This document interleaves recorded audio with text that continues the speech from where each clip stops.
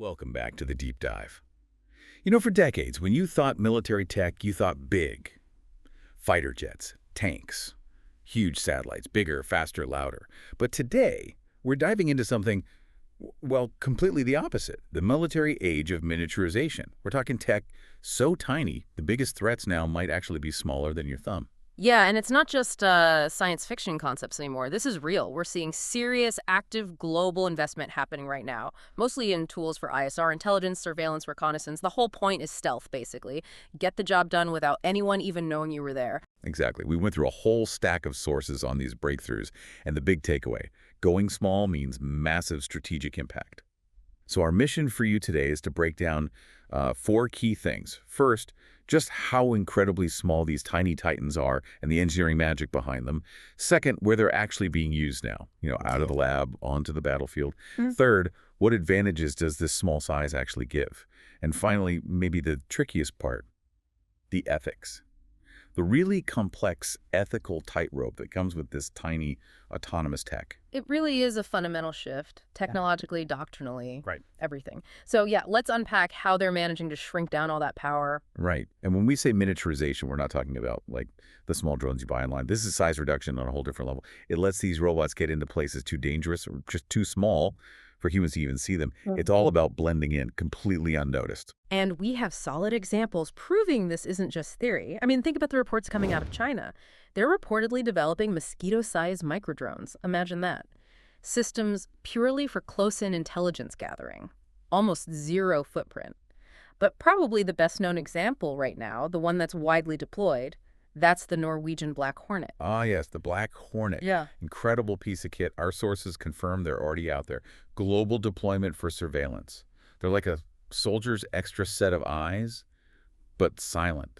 And the detail that really jumped out, they're apparently more silent than actual insects. Think about that. That level of quiet completely changes how close you can get to a target without being detected. Absolutely. And the engineering needed to achieve that. It's mind-boggling. You've got to cram optical sensors, a power source, comms, links, control circuits, all into a frame smaller than your fingernail sometimes. This isn't just shrinking down old tech. It needs totally new materials, new ways to store power, new design thinking altogether. And the research pushing the absolute limits here is, well, it's astounding. We looked at work from places like Washington State University, and they're talking about micro-robot mobility that almost sounds like it breaks the laws of physics. It almost does.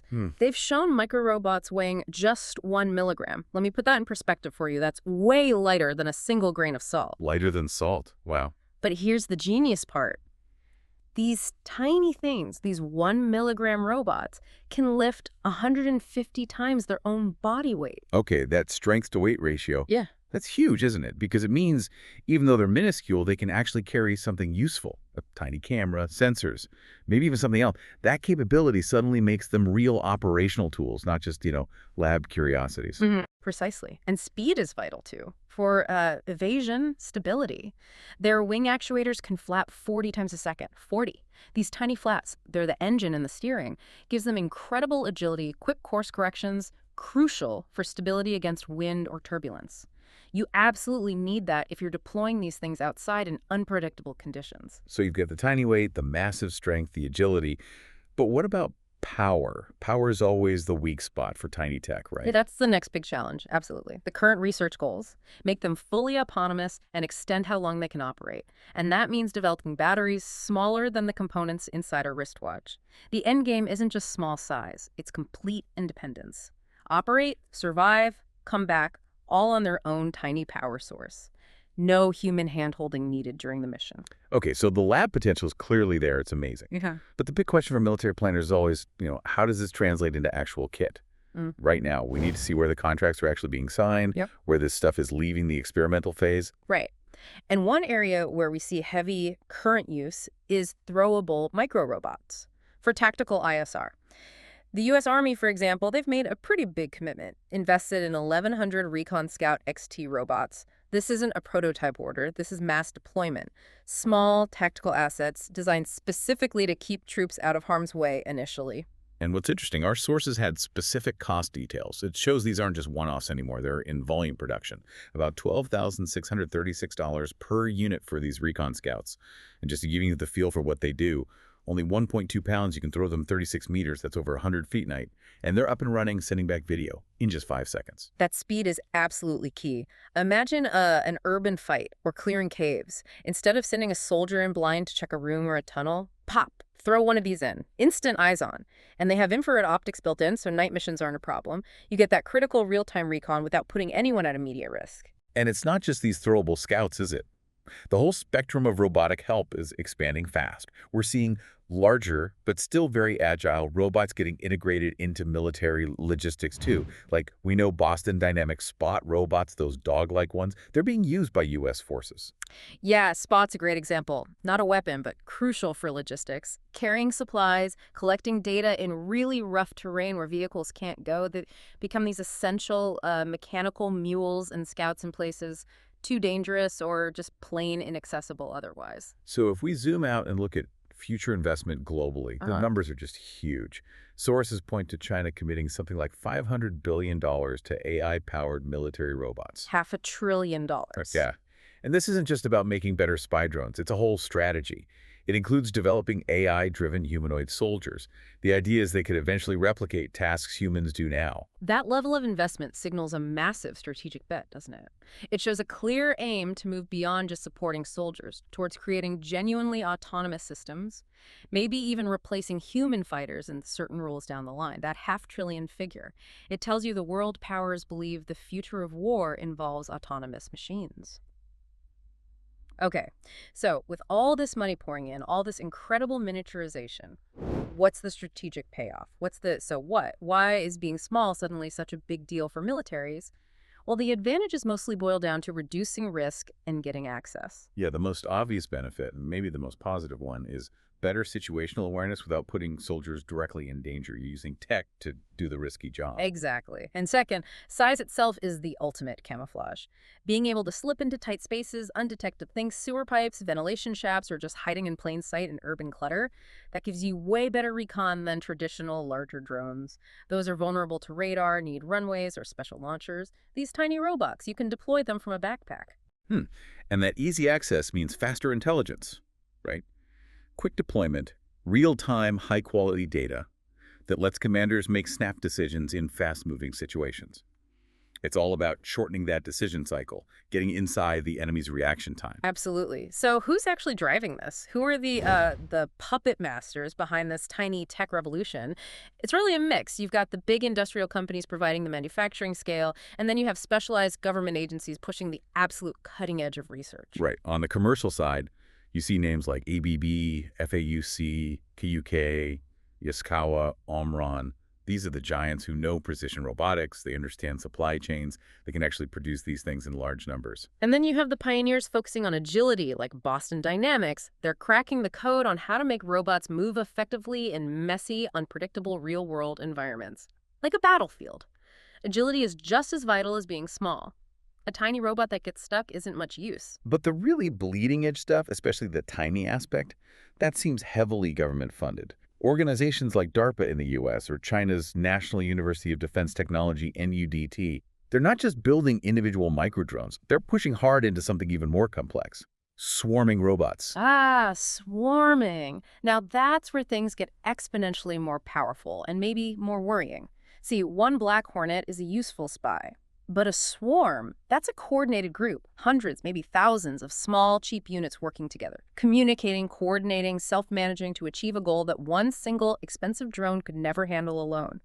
That kind of synchronized collective intelligence, it makes defense incredibly complicated. How do you even defend against a coordinated swarm? It needs totally new thinking, new countermeasures. Yeah, it shifts the threat from a single, manageable target to something overwhelming and distributed. Very different problem.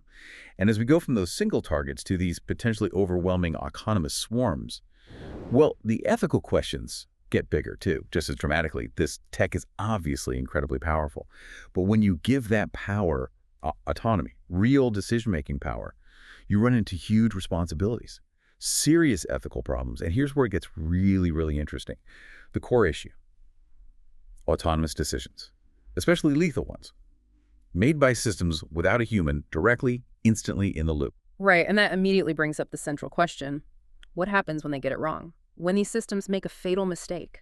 The sources talk about this complex issue called the accountability problem. If an autonomous microrobot, maybe as part of that swarm we talked about, misidentifies someone, makes a legal error, who's responsible? Is it the programmer who wrote the targeting algorithm? The commander who okayed the mission with autonomous rules? Is the machine itself somehow accountable? There's no clear answer right now. And it's made worse by the scale and the independence. I mean, how does a commander maintain meaningful human oversight? You're talking about potentially thousands of ant-sized robots, maybe miles away, acting on their own in complex, fast-changing situations. The very thing that makes them useful, their autonomy, directly clashes with our need for ethical human control. Exactly. The speed these systems need to operate at to be effective, it often just outstrips human reaction time. If the robot has to stop and wait for a human to say yes or no for every action, it loses its whole strategic advantage. So you get this autonomy vacuum, and it leaves this massive ethical gap. And layered on top of that is a very practical problem. Let's call it the connectivity conundrum. These tiny things, to be controlled or to send data back, they need secure, reliable, global connections. Always. It's a huge irony, isn't it? Physically, they're tiny, tough, hard to spot, but electronically, they're completely dependent on this vast, potentially fragile network infrastructure. The more a tiny drone relies on Wi-Fi or satellite links for its commands or its data, the more vulnerable it is to jamming, to hacking, even just to bad weather disrupting the signal. A lost connection means a lost robot, maybe one that's now operating outside its approved rules. So their tiny size is a tactical strength, but that network dependence could be a massive strategic weakness. And there's one more really sobering point the source material makes. It separates this reality from, the movies. Because these systems are so fast, so autonomous, there's often no convenient off switch. There's no time for a heroic speech to make them stop, no time for human intervention if they start to go wrong or exceed their programmed limits. The consequences of an error can happen instantly, irreversibly, before any human oversight could possibly react. That lack of a timely human veto, that might be the single most concerning part of deploying microrobots on a massive scale. #TouchTag outro. So let's pull this all together. What we've seen is that this revolution in miniature military robots, it's really defining modern warfare now. It's this unique mix of stealth, speed, precision. And it's fundamentally changing what's possible for spying and surveillance. Reconnaissance, too. Definitely. The deployment is happening now, the investment is enormous, and the tech is just getting smaller, smarter, and crucially, more autonomous. This is definitely a field you need to keep watching. Because this strategic shift from big, visible weapons to potentially thousands of invisible ant-sized spies, it's well underway. The future soldier's best ally, it might actually be smaller than an insect. And that leaves us with a final, pretty provocative thought for you to chew on.